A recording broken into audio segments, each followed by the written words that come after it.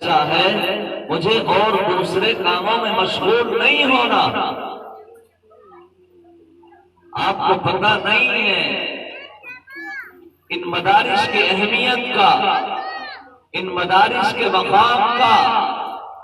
ان مدارس کی عظمت کا۔ میرے بھائیوں، ان مدرسوں میں کیا سکھایا جاتا ہے، کیا پڑھایا جاتا ہے، ان مدارس کی اہمیت جاؤ سات سمندر جا کر کے لوگوں سے پوچھو کہ ان مدارس کا کیا مقام ہے، ان مدارس کی کیا حیثیت ہے، ان مدارس کی کیا اہمیت ہے۔ انگریز جو یہ کہتا تھا کہ میری حکومت پر آسمان گر جائے، میری حکومت کا کچھ نہیں بگاڑ سکتا، لیکن ایک وقت آیا اس مغرور انگریز کو منہ کی کھانی پڑی۔ انہی مدرسوں میں بیٹھنے والے، انہی چٹائیوں پر پڑھانے والے، انہی پھٹے ہوئے فرشوں پر بیٹھ کر پڑھانے والوں نے جب آواز لگائی، اے تن کے کانوں، اے من کے کانوں اور تن کے گورو انگریز، اس ملک کو تمہیں چھوڑنا پڑے گا، چنانچہ وہ مجبور ہو گئے اس ملک سے جانے پر۔ میرے بھائیوں، ظالم انگریز نے جب ہمارے اس ملک پر مکمل طریقے پر تسلط کر لیا اور مکمل طریقے پر یہاں کے سیاہ اور سفید کے مالک بن گئے، اور پھر انہوں نے تمام برادران وطن اور خاص طور پر مسلمانوں کے ساتھ، اہل ایمان کے ساتھ جو زیادتی کی ہے اس کو بیان کرنا آسان نہیں۔ کس قدر خطرناک منظر ظالم انگریز خود لکھتا ہے، اپنی ڈائری میں خود لکھتا ہے، اس کا قلم کانپ جاتا ہے لکھتے ہوئے کہ میں چاندنی چوک میں وہاں پر پہنچا، مجھے مردار کی بو آ رہی تھی، میں نے اندر جا کر کے دیکھا کہ بہت سارے علماء کو آگ کے تندوروں میں ڈال دیا گیا اور بہت سارے علماء کو بٹھا رکھا ہے، ان سے یہ کہا جا رہا ہے کہ تم صرف اتنا کہہ دو کہ ہم 1857 کی جنگ آزادی میں ہم شریک نہیں تھے، ہم تمہیں چھوڑ دیں گے۔ لیکن میں نے اپنی آنکھوں سے دیکھا کہ وہ علماء یہ کہنے کے لیے تیار نہیں ہوئے، بلکہ وہ کہہ رہے تھے ناصحہ تیری زحمت کا بہت شکریہ، لیکن دیوانہ سمجھ پوچھ کے دیوانہ بنا ہے۔ یہ ملک ہمارا ملک ہے، اس ملک کی مٹی میں ہمارا، اس ملک کی سرحدوں میں اور اس ملک کے لیے ہم نے قربانی پیش کی ہے، ہم اس ملک سے وفاداری کرتے ہیں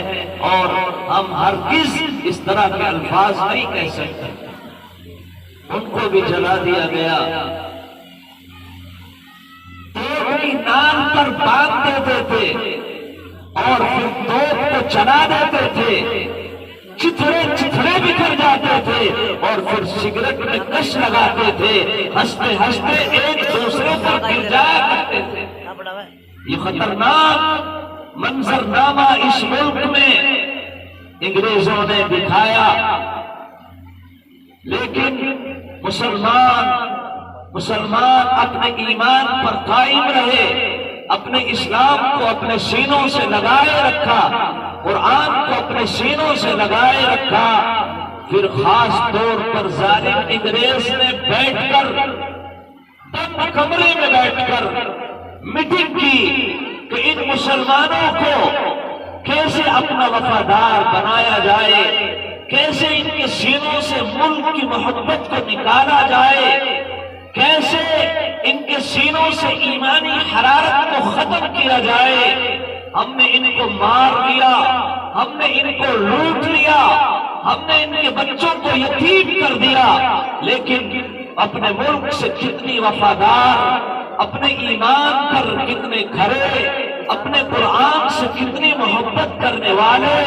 اپنے نبی کو کتنا چاہنے والے ہیں۔ آخر کیا کریں؟ ہم نے ان کو ہر طرح سے پریشان کر دیا،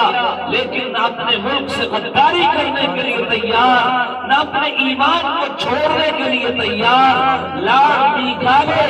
بند کمرے میں بیٹھ کر اپنے اور دوستوں کو بٹھا کر کے مشورہ کرتا ہے کہ ہم کیا کریں، اس ملک میں اپنی حکومت کو کس طرح مضبوط کریں، کس طرح استحکام دیں۔ چنانچہ انہوں نے بیٹھ کر مشورہ کیا، اور مشورہ کرنے کے بعد اس تجویز کو باہر لائے، اور انہوں نے یہ تجویز پاس کی کہ ہمیں ہندوستان کے اندر ایسی جماعت تیار کرنی ہے جو دیکھنے میں ہندوستانی ہو، لیکن ان کی سوچ، ان کی فکر ایک انگریز جیسی ہو۔ اس کے لیے انہوں نے مشن اسکول قائم کیے، اور ان میں پڑھنے پڑھانے والوں کو اونچی اونچی تنخواہوں اور وظائف کا لالچ دیا گیا،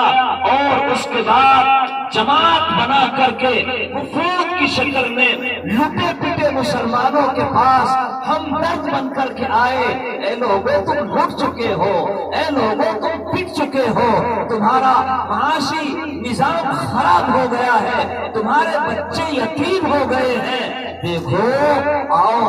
ہم تمہیں کھانا دیں گے، ہم تمہیں سب کچھ دیں گے، تم اپنے بچوں کو ہمارے حوالے کرو، ہم تمہارے بچوں کو پڑھائیں گے، ہم تمہارے بچوں کو وظیفے دیں گے، ہم تمہارے بچوں کو لباس دیں گے، ہم تمہارے بچوں کو اچھی طرح رکھیں گے۔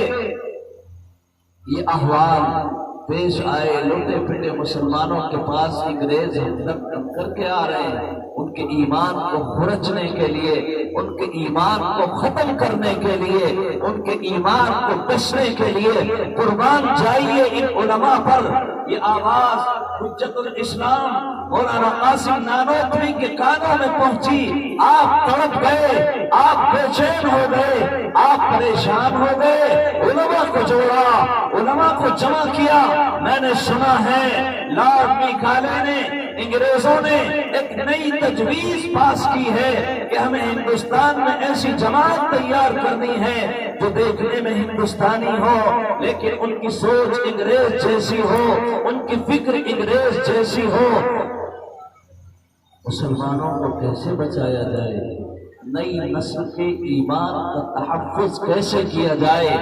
حجت الاسلام مولانا قاسم نانوتوی پریشان ہو جاتے ہیں، اور پھر علماء کے سامنے ایک تجویز رکھتے ہیں کہ اگر وہ کہتے ہیں کہ ہم بچوں کو وظیفے دیں گے، ہم بچوں کو کھانا دیں گے، ہم بچوں کو تعلیم دیں گے، ہمارے پاس بھی وہ آلہ ہے، ہمارے پاس بھی وہ منصوبہ ہے، ہمارے پاس بھی وہ نظام ہے کہ جب ہم اس نظام کو برپا کریں گے، ہم جب اس نظام کو قائم کریں گے، ہم جب اس تدبیر کو بروئے کار لائیں گے، ایسی جماعت تیار ہوگی جو دیکھنے میں ہندوستانی ہوگی، لیکن ان کی سوچ صدیق اکبر کی سوچ ہوگی، فاروق اعظم کی سوچ ہوگی، علی مرتضیٰ کی سوچ ہوگی، حضرات صحابہ کی سوچ ہوگی۔ چنانچہ دارالعلوم کی بنیاد رکھی گئی، اور سہارنپور میں مظاہر العلوم کی بنیاد رکھی گئی، اور پھر دیکھتے ہی دیکھتے ہندوستان میں مدارس کا جال پھیلا دیا گیا۔ گونجے گا چاروں کھوٹ پہ نانوتوی کا نام، باندھا ہے آپ نے بادۂ عرفان مصطفیٰ، رب کعبہ کی قسم اگر دارالعلوم قائم نہ ہوتا حضرت مولانا الیاس کہاں سے آتے؟ اگر دارالعلوم قائم نہ ہوتا حضرت مولانا رشید احمد گنگوہی کہاں سے آتے؟ یہ سب علماء کرام جنہوں نے ہندوستان کے مسلمانوں کے ایمان کو تحفظ دیا، ہمارے اکابر نے تین راہیں دکھائی قوم کو، امت کو، ایک مدارس کا نظام، ایک خانقاہوں کا نظام، ایک دعوت و تبلیغ کا نظام۔ یہ تینوں نظام ہمارے اکابر نے دیے، یہ تینوں نظام ہمارے اکابر نے قائم کیے۔ میرے بھائیوں جاؤ اندلس میں جا کر کے دیکھو، 800 سال تک اسلام کی حکومت رہی، 800 سال تک اسلام کے نیچے وہ پلتے رہے، لیکن دیکھتے ہی دیکھتے اسلام کا نظام ختم ہو گیا، اسلام کا نام و نشان مٹ گیا۔ جاؤ وہاں کے جنگلوں سے پوچھو جا کر کے، وہاں کی آبادیوں سے جا کر کے پوچھو، اے غرناطہ کے صحراؤں، اے غرناطہ کی وادیوں، تم نے اسلام کو چھوڑ دیا؟ موسیٰ ابن عبید غسانی جیسا مجاہد تمہارے درمیان میں رہا اور تم نے اسلام کو خیر آباد، اسلام سے تعلق توڑ دیا۔ رب کعبہ کی قسم، اگر اللہ غرناطہ کے صحراؤں کو،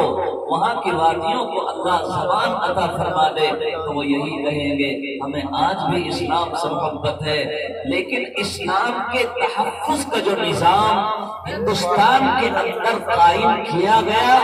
وہ یہاں پر بھی اگر قائم کیا جاتا تو یہاں کے احوال بھی ایسے ہی ہوتے۔ میرے بھائیوں، اپنا فخر کرو اپنے اکابر پر، فخر کرو، ناز کرو کہ اللہ نے ہمیں ایسے اکابر دیے، ایسے علماء دیے کہ انہی کی محنتوں کا نتیجہ ہے کہ آج ہمارے چہروں پر داڑھیاں ہیں، ہمارے سروں پر ٹوپیاں ہیں۔ اس لیے آج ضرورت ہے اس بات کی کہ ان مدارس سے جڑو، ان مدارس کو جگا دو اپنی زندگی میں۔ علامہ اقبال جب یورپ کا دورہ کر کے آئے تھے تو انہوں نے قوم کو پیغام دیا تھا، اے میری قوم کے بزرگوں، اے میری قوم کے نوجوانوں، اے میری قوم کے بچوں، ان مدارس کو یوں ہی چلنے دو، ان مدارس کو یوں ہی رہنے دو، ان مدارس کے نظام میں دخل اندازی مت کرو، ان مدارس کو یوں ہی چلنے دو۔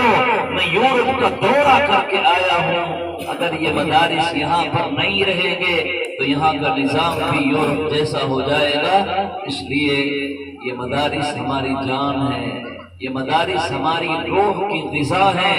یہ مدارس آج اگر ہمارا تعلق ان مدارس سے کمزور رہے گا تو اس نسل کی کون حفاظت کرے گا؟ اس لیے درخواست ہے آپ حضرات سے، علماء تشریف لا چکے ہیں، آواز باہر بھی جا رہی ہوگی، جہاں تک آواز جا رہی ہے یہ آپ کا محبوب مدرسہ ہے، آپ کا محبوب ادارہ ہے۔ تم 2 گھنٹے اپنے کاموں کو ادھر ادھر نہیں کر سکتے، کیا قربانی دو گے؟ ہم 2 گھنٹے 3 گھنٹے اپنے مدرسے کے لیے اپنے کاموں کو نہیں چھوڑتے، ایسی زندگی پر افسوس ہے، ایسی زندگی پر۔ جاؤ دوسری قوموں کے مدرسوں کو جا کر کے دیکھو، جب وہاں پر جلسے ہوتے ہیں وہ اپنے کاموں کو چھوڑ دیتے ہیں، مدرسے کھچا کھچ بھرے رہتے ہیں، کتنی چھوٹی تعداد، کتنے لوگ یہاں پر بیٹھے ہوئے ہیں۔ یہ محبت ہے مدرسوں سے۔ اس لیے میں پھر ایک مرتبہ بہت ہی ادب اور احترام کے ساتھ درخواست کر رہا ہوں کہ سب حضرات تشریف لے آئیں، علماء کرام تشریف لا چکے ہیں، ان کی باتوں کو سنیں، ان کے پیغام کو سنیں۔ اللہ مجھے بھی ہم سب کو عمل کی توفیق عطا فرمائے۔ وآخر دعوانا